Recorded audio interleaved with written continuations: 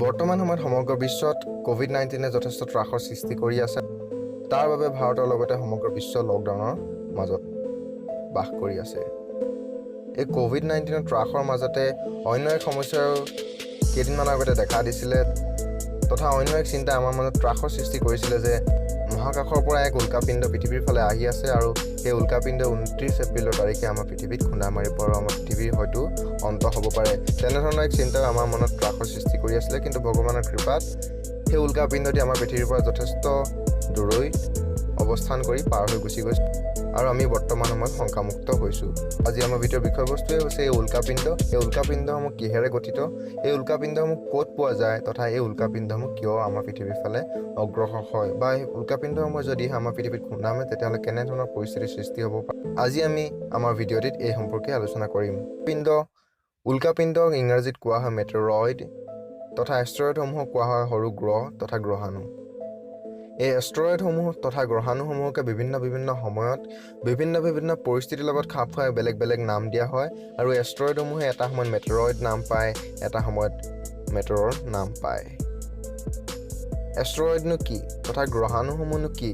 এষ্টেৰইডসমূহ হৈছে বিশাল আকাৰৰ শিলাখণ্ড যিসমূহ মহাকাশত পোৱা যায় আৰু এই শিলাখণ্ডসমূহে আমাৰ সূৰ্যৰ চাৰিওফালে নিজৰ কক্ষপথত ঘূৰি থাকে। আৰু যেতিয়া এই এষ্টেৰইডসমূহৰ অৰ্থাৎ এই বিশালকায় শিলাখণ্ডসমূহ আকাৰটো অলপ সৰু হয় তেতিয়া আমি ইয়াক মেটেৰইড বুলি কওঁ।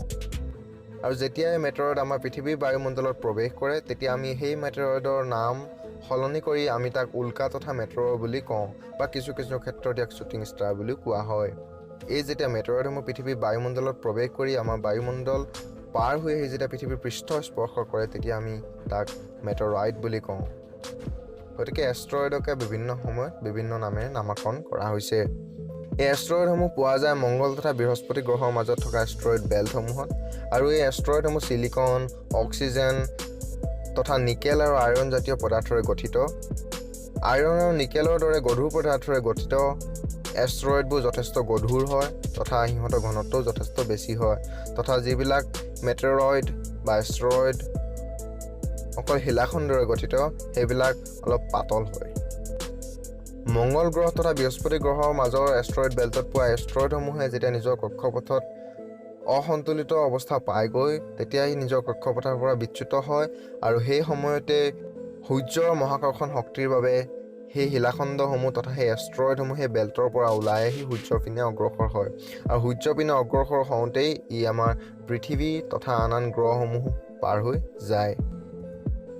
বাকী গ্ৰহসমূহৰ তুলনাত পৃথিৱীত এই শিলাখণ্ড তথা এষ্টেৰইডসমূহে খুন্দা মৰাৰ প্ৰবেবিলিটি বা সম্ভাৱনা যথেষ্ট বেছি, কিয়নো আমাৰ পৃথিৱীৰ এক নিজস্ব বায়ুমণ্ডল আছে তথা আমাৰ পৃথিৱীৰ যি মধ্যাকৰ্ষণ শক্তি সেই মধ্যাকৰ্ষণ শক্তি বাকী গ্ৰহসমূহৰ তুলনাত যথেষ্ট বেছি। সেয়েহে এই এষ্টেৰইডসমূহ যদি পৃথিৱীৰ নিচেই কাষেৰে পাৰ হৈ যায় তেতিয়াহ'লে পৃথিৱীৰ মধ্যাকৰ্ষণ শক্তিয়ে এই এষ্টেৰইডসমূহ নিজৰ ফালে টানি অনাৰ সম্ভাৱনা যথেষ্ট বৃদ্ধি পাই যায়, আৰু সেয়ে যদি হয় তেতিয়া এষ্টেৰইড আমাৰ বায়ুমণ্ডলত প্ৰৱেশ কৰিব পাৰে, আৰু বায়ুমণ্ডলত যদি এই এষ্টেৰইডটো জ্বলি সম্পূৰ্ণৰূপে ছাৰখাৰ হৈ নাযায় তেতিয়া ই আমাৰ পৃথিৱীৰ পৃষ্ঠ স্পৰ্শ কৰিব, তেতিয়া ইয়াক মেটেৰাইড বুলি কোৱা হ'ব আৰু পৃথিৱীৰ যথেষ্ট অনিষ্ট সাধন কৰিব পাৰে। আমাৰ সৌৰমণ্ডলত এনেধৰণৰ লাখ কোটি এষ্টেৰইড আছে। এই এষ্টেৰইডসমূহৰ আকাৰ এটা সৰু শিলাখণ্ড যাৰ নেকি ব্যাস মাত্ৰ কেইমিটাৰমানৰ পৰা বহু কিলোমিটাৰ পৰ্যন্ত ব্যাসৰ এষ্টেৰইড আমাৰ মহাকাশত আছে। বৰ্তমান সময়লৈকে অবজাৰ্ভ কৰা আটাইতকৈ ডাঙৰ এষ্টেৰইডটিৰ নাম দিয়া হৈছে চেৰিছ, যাৰ ব্যাস আছিল 952 কিলোমিটাৰ, আৰু আপুনি ইয়াৰ পৰা ধাৰণা কৰিব পাৰে যে এষ্টেৰইডটো কিমান বিশালকায় আছিল। চেৰিছ নামৰ এই এষ্টেৰইডটি ইমানেই বিশাল আছিলে যে ইয়াক এক 52 গ্ৰহ তথা ডিভাৰ্ট প্লেনেট হিচাপেও নামাকৰণ কৰিব পাৰি। আপুনি যদিহে 52 গ্ৰহ কি সেই সম্পৰ্কে অৱগত তেতিয়াহ'লে আমাক কমেণ্ট বক্সত কমেণ্ট কৰি জনাই দিব। আমি মানৱ জাতি যথেষ্ট ভাগ্যশালী যে যেতিয়াৰ পৰা মানৱ জাতিৰ অস্তিত্ব এই পৃথিৱীত আৰম্ভ হৈছে তেতিয়াৰ পৰা কোনো ধৰণৰ বিশালকায় এষ্টেৰইডে আমাৰ পৃথিৱীৰ পৃষ্ঠত খুন্দা মৰাহি নাই, আৰু সেইবাবেই হয়তো মানৱ জাতিৰ অস্তিত্ব বৰ্তমান সময়লৈকে জীৱিত অৱস্থাত আছে, কিয়নো ডাইনছৰৰ দৰে এক বিশাল জীৱৰ যি অস্তিত্ব ম্লান পৰিছিল সেই ম্লান পৰা কাৰণটো এই ধৰণৰ এষ্টেৰইডৰ হাত আছিল বুলি কোৱা যায় বহু সময়ত। আমেৰিকাৰ মহাকাশ সংস্থা নাছাৰ মতে বৰ্তমান সময়ত এনেধৰণৰ এষ্টেৰইডৰ আশংকা কম, যি এষ্টেৰইডে পৃথিৱীৰ পৃষ্ঠত খুন্দা মাৰিবহি পাৰে। কিন্তু এনেও নহয় যে আমাৰ বায়ুমণ্ডলত কেতিয়াও এষ্ট্ৰইডসমূহ প্ৰৱেশ নকৰে। আমাৰ বায়ুমণ্ডলত সঘনাই এখন গাড়ীৰ আকাৰ এষ্ট্ৰইডসমূহে প্ৰৱেশ কৰি থাকে, কিন্তু ই পৃথিৱীৰ পৃষ্ঠ পোৱাহি আগত সম্পূৰ্ণৰূপে আমাৰ বায়ুমণ্ডলতে জ্বলি ছাৰখাৰ হৈ যায়। অধ্যয়নৰ ফালৰ পৰা বৈজ্ঞানিকসকলে এই কথাও কয় যে প্ৰতি 5 বছৰত এখন ফুটবল ফিল্ডৰ সমান আকাৰৰ এক এষ্ট্ৰইডে আমাৰ পৃথিৱীত খুন্দা মাৰে, আৰু ইয়েই যদি হয় তেতিয়াহ'লে ভৱিষ্যতে আমাৰ মানৱ জাতিৰ অস্তিত্ব শংকাপন্ন হৈ আছে। যদিহে এক বিশালকায় এষ্ট্ৰইডে আমাৰ পৃথিৱীৰ পৃষ্ঠ স্পৰ্শ কৰে, তেতিয়াহ'লে পোনপ্ৰথমেই পৃথিৱীৰ যি প্ৰাকৃতিক ভাৰসাম্যতা, সেই ভাৰসাম্যতা অসন্তুলিত হ'ব।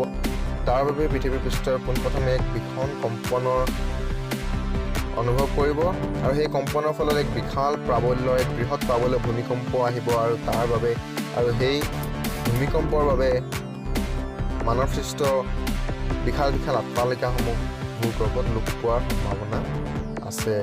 তথা এই কম্পনৰ বাবে সাগৰ পৃষ্ঠত চুনামীৰ সৃষ্টি হ'ব। এই চুনামীয়ে সকলো উটুৱাই লৈ যোৱাৰ সম্ভাৱনা আছে। তথা সেই কম্পনৰ বাবে আগ্নেয়গিৰি উদগীৰণসমূহ সম্পূৰ্ণৰূপে জ্বলি উঠিব, আৰু তাৰ উত্তপ্ত গলিত লাভাসমূহ আমাৰ পৃথিৱীৰ পৃষ্ঠত সম্পূৰ্ণৰূপে ওলাই পৰিবহি। যদিহে এষ্ট্ৰইডে পৃথিৱীৰ পৃষ্ঠত খুন্দা মাৰে, তেতিয়াহ'লে এনেধৰণৰ পৰিস্থিতিৰ সৃষ্টি হ'ব পাৰে।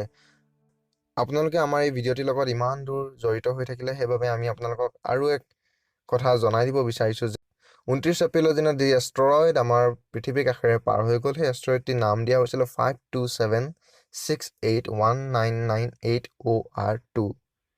আজিৰ ভিডিঅ'টোত ইমানেই আছিলে। আমি আলোচনা কৰিলোঁ এষ্ট্ৰইডৰ সম্পৰ্কে, যে এই শিলাখণ্ড তথা এই উল্কাপিণ্ডসমূহ ক'ত পোৱা যায়, কিহেৰে গঠিত হয়, কিয় আমাৰ পৃথিৱীৰ ফালে ই অগ্ৰসৰ হয়, তথা ই যদি পৃথিৱীত খুন্দা মাৰে কেনেধৰণৰ পৰিস্থিতি আমি সন্মুখীন হ'বলগীয়া হ'ব পাৰে।